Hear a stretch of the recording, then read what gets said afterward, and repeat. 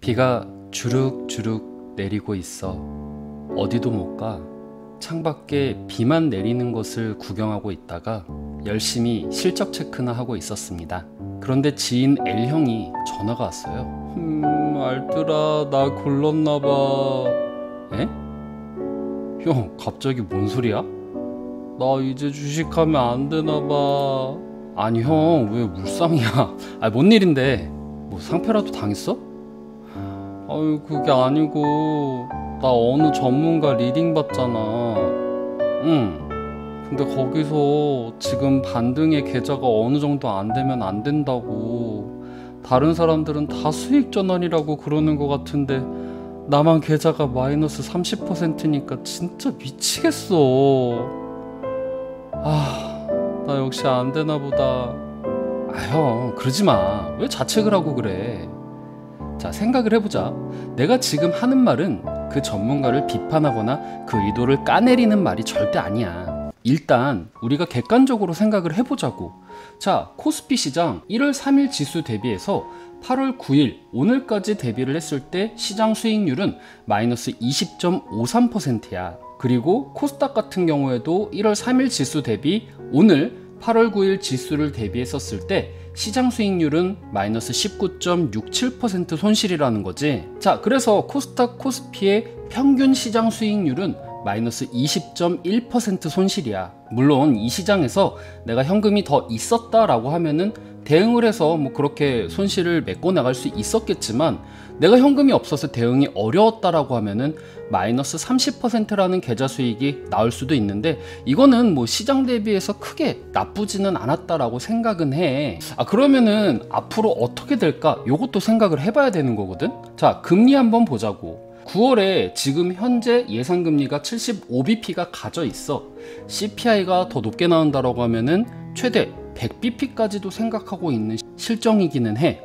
그리고 11월부터는 다시 25bp, 12월에는 다시 25bp, 그 이후로는 동결이 된다라고 보면 되는데, 금리 인상에 따른 경기 침체에 대한 하반기 위기가 그래서 부각이 되고 있는 거거든. 러시아는 루블화 결제를 요구하면서 노드스트림 2를 잠그면서 유럽 국가들의 겨울을 위험하게 만들고 있어. 이는 서방 국가들에 대한 제재에 대한 반발이고, 그리고 아직 전쟁 이슈가 끝나지 않았기 때문에 곡물 가격들이 어떻게 될지도 모르는 상황이야. 또 미중 갈등도 조짐을 보이지. 대만 정책법으로 인해서 갈등이 지금 현재 보이고 있는 상황이야.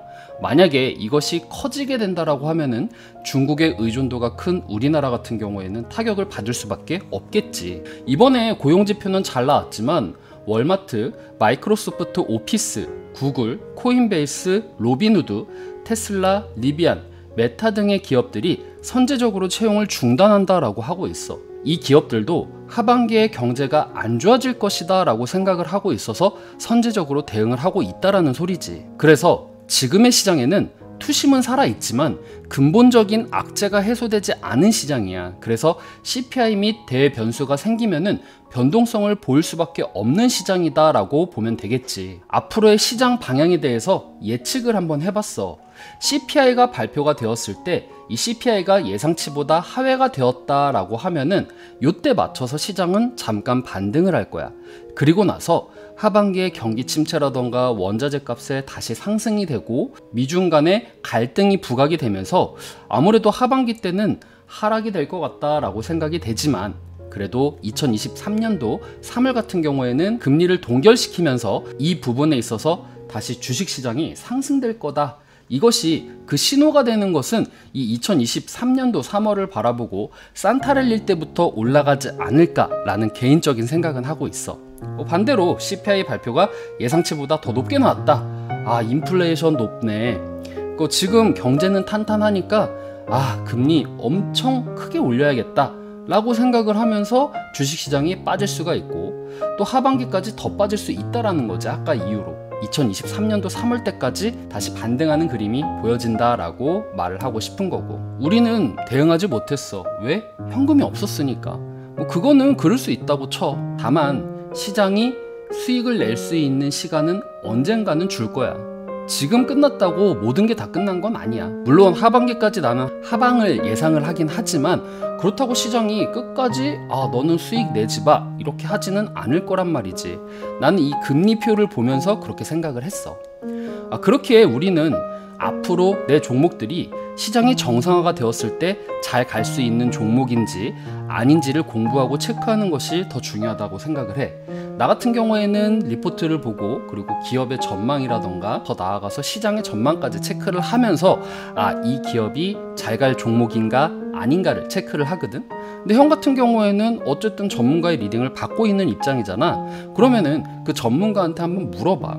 일단 내가 가지고 있는 종목이 시장이 정상화가 됐을 때 갈 수 있는 종목인 것인가? 그것을 말하기가 조금 곤란하다 하면은 그것을 공부하는 방법은 무엇인가? 라는 것을 나는 충분히 물어볼 수 있고, 형이 그것을 물어볼 권리는 충분히 있다고 생각을 해. 어쨌든 형이 돈을 내고 그렇게 서비스를 이용받는 고객이잖아. 그거는 정당한 요구지, 이게 뭐 법에 위반되는 상황이다?